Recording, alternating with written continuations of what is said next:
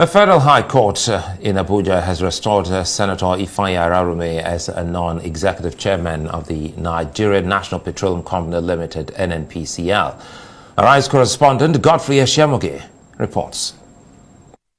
The Federal High Court voided the sack of the businessman and set aside his removal last year by President Muhammadu Buhari on grounds that the action of the president was arbitrary, unlawful and illegal.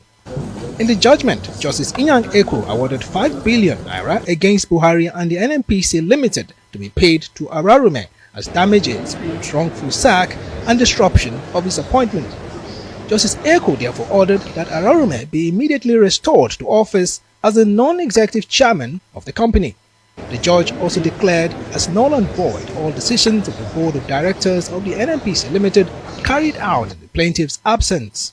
The court was very thorough, very meticulous in its analysis of the facts of this case, and has shown that the laws are not made in vain. You cannot, as a regulatory body or as a statutory body, you come out with regulations, tomorrow you refuse to comply with them, and you say they're permissive, they are not binding. Things must be done in accordance with due process and in accordance with the law. We are happy that the court has given judgment nullifying the removal, unlawful removal of Senator Ararume as the non-executive chairman of NNPC Limited. Ararume had dragged Buhari before the court, praying it to declare his removal as illegal, unlawful and unconstitutional, and that it is a total breach of the KAMA law under which the NNPC Limited was incorporated. Other defendants in the suit are the NNPC Limited and the Corporate Affairs Commission, CAC. Lawyers to the defendants were unavailable for comment after the court's judgment. Godfrey Eshemoge, Arise News.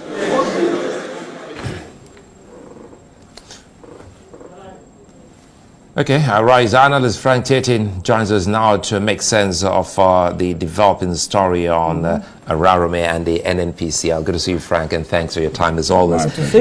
Sometimes you look at these issues and you keep asking yourself, first, there is an award, but again, take us through how we got here for Ifeanyi Ararume and NNPCL. Oh, well, there's been a long and tortuous journey to ensure that there is a Petroleum Industry Act. And after it was enacted, it was celebrated across the entire world, and it was a new dawn for the petroleum industry, and it has it bettered a new company called NNPC Limited, no longer a government-owned company, but a company according to Section 53 of the Petroleum Industry Act, a company that is meant to be commercially run according to the Company and Allied Matters Act as a commercial entity meant to make profit for its shareholders and then retaining 20% of whatever profit it gets for it to grow. And there was a requirement that within 6 months of its incorporation, it should actually be made, a board be set up. And in this case, the drama is that the setup of the board, according to Section 63 of the Petroleum Industry Act, requires that certain persons be appointed by the president as members of the board. In this case, a non-executive chairman along with non-executive members. Now, Ararume was on his own. Facts are that, facts of the case.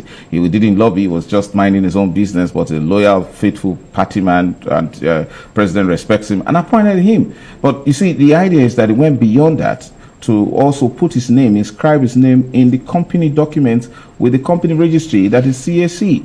And for certain reasons, the president exercised his own powers of appointing to fire, forgetting that it's no longer a government-owned company, and then removed Ararume's name. Whereas Ararume, upon his pronouncement, had already started acting. He started visiting, representing NNPCL meetings in the U.S. and all that.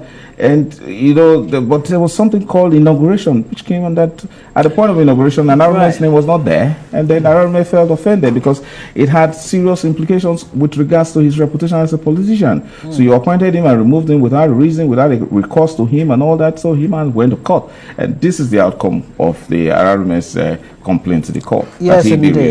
Is this where we should be talking about adherence to court order? Is that likely to happen, considering all of the prayers that Justice Inyang-Ekwo granted Ararume, of course, the 5 billion naira as damages. Ararume actually asked for 100 billion naira. Yeah, because that's the extent to which he felt offended. But there's a lot more implications to this. Right. We're talking about a judgment order which not only reinstates Ararume immediately as the non-executive chairman of the NNPC Limited, but also makes far-reaching orders as to acts that were made while Ararume was absent, was illegally removed with regards to the decisions, resolutions, and whatever action the board of NNPCL had taken, nullifying him. That's a very grave implication, holds a very grave implication for the work of the NNPC, meaning that the NNPC is an international company. You must appreciate that, because much of its dealings are international, whether it is exporting or importing petroleum products,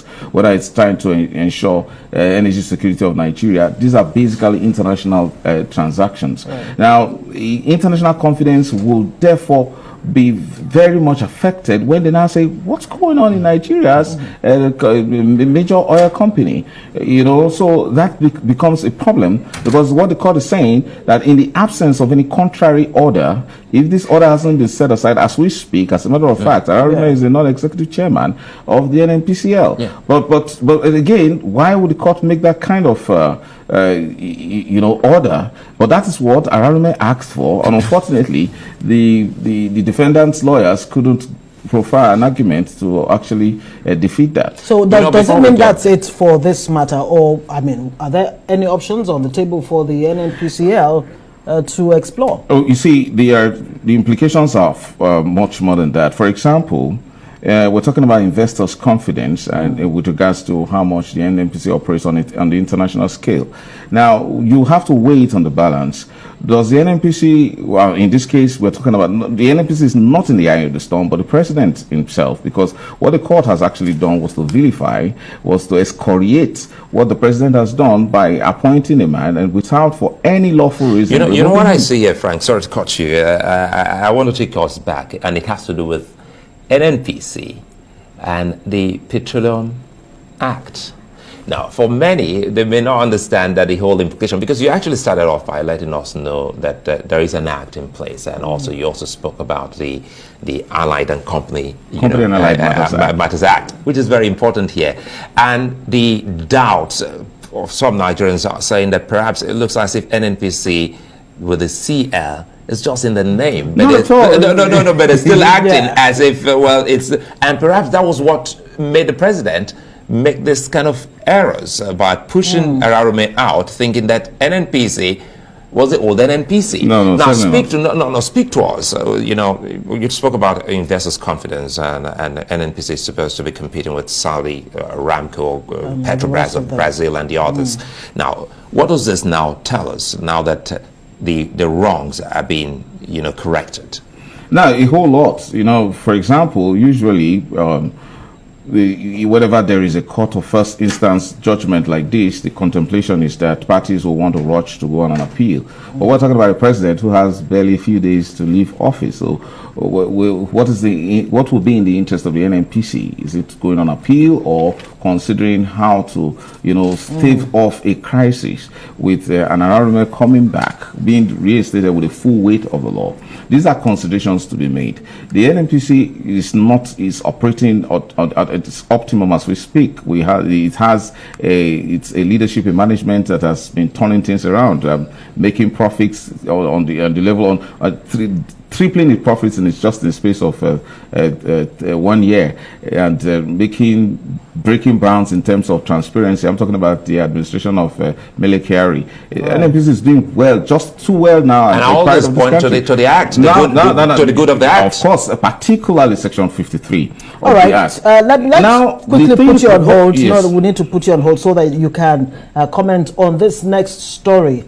Two senior advocates of Nigeria have asked the Attorney General of the Federation, Abubakar Malami, to obey a court order. There you go, another issue of court order obedience in respect of a dispute on the multi-million naira e-customs modernization project. Well, the senior lawyers, Messrs. Ahmed Raji and Dikpo Okpesheyi, have in separate letters obtained by Rise News warned the AGF, the Minister of Finance, Budget and National Planning and Secretary to the Government of the Federation of underhand efforts